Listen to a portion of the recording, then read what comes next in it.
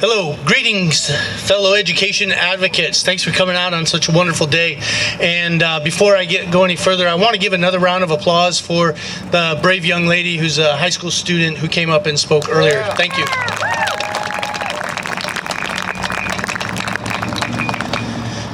Thanks again for being here today on what is undoubtedly a crucial moment for Alaska educators, students, and our system of public education at large.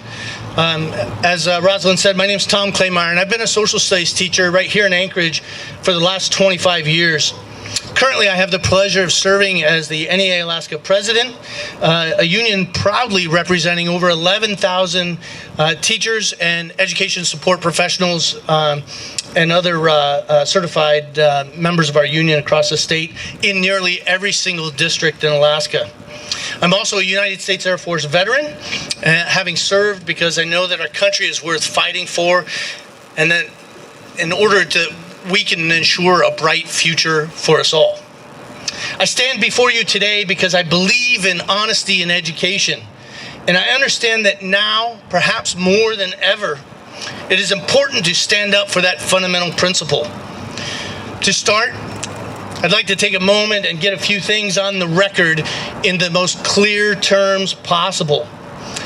No school district in Alaska is teaching critical race theory. NEA-Alaska is opposed to teaching critical race theory in K-12 public schools.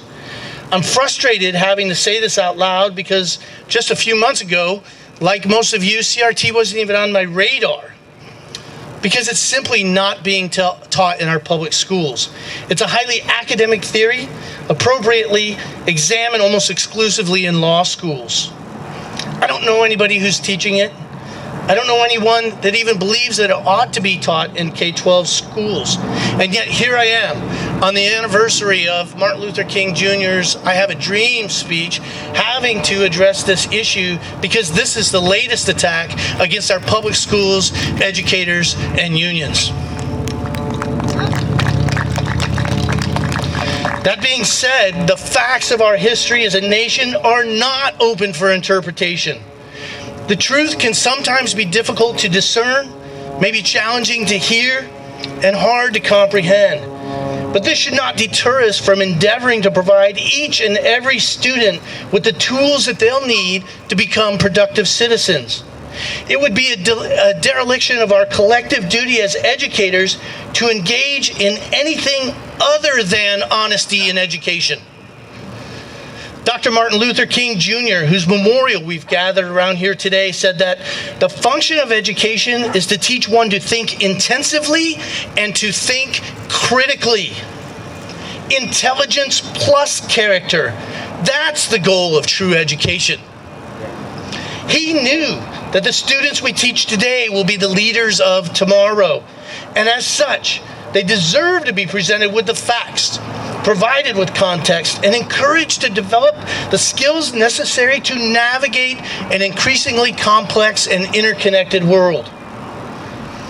Educators are content experts who know their students' learning needs, and their ability to teach the facts honestly and openly should not be impeded. Not just the convenient facts, not just the politically correct facts, all of them. It is vital that our students are able to study opposing ideas, different worldviews, to be able to think critically and develop their own perspectives. And that critical examination includes a look in the mirror at our own history, our own government, and our own institutions. This self-examination is the keystone of our democracy. It's how we progress. It's how we make a more perfect union. And we do this because it's right and because we know it works. You know what doesn't work?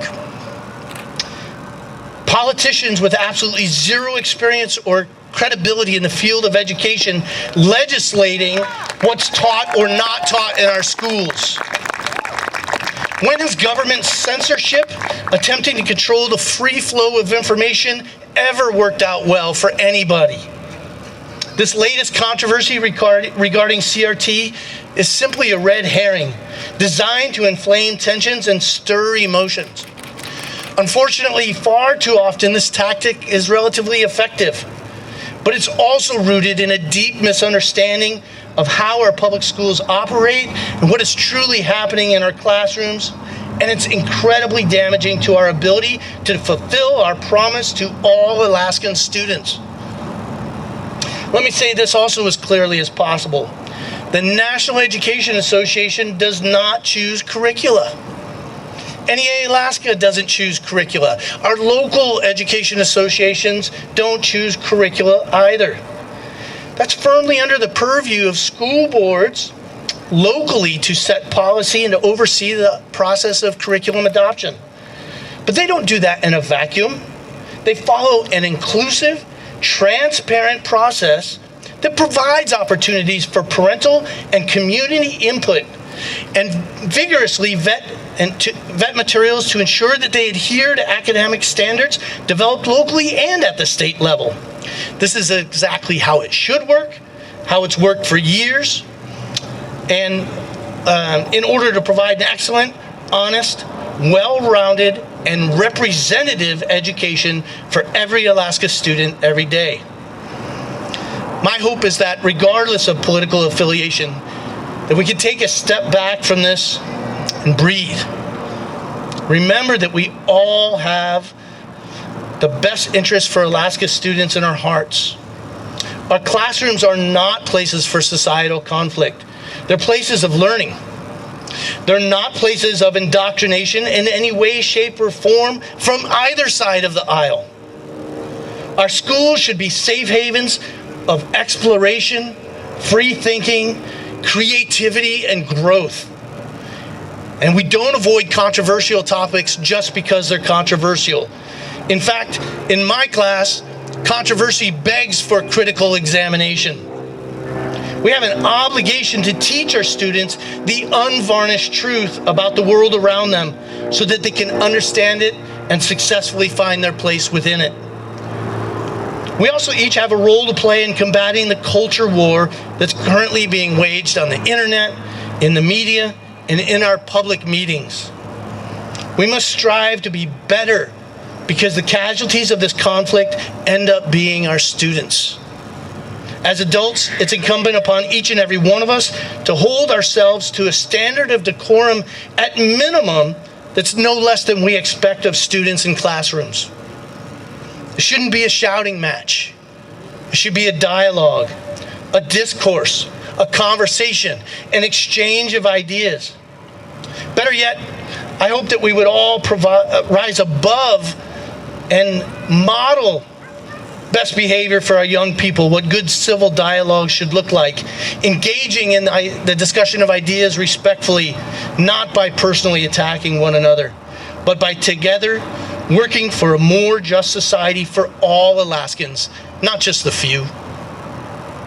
And at the end of the day, this manufactured controversy is nothing more than a distraction from the real issues impacting our students.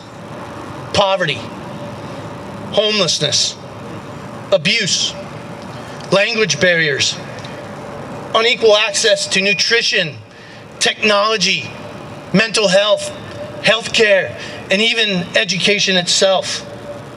Flat funding. The list goes on and on. On this day of action, I urge each and every one of you to take an active and passionate interest in fixing these fundamental issues for our kids. Show up to your local school board meetings, write your legislators, and vote in every single election. And along with you, I will continue to stand up for our educators and our students, defending their right to honesty and truth and education. Our students deserve nothing less. Thank you.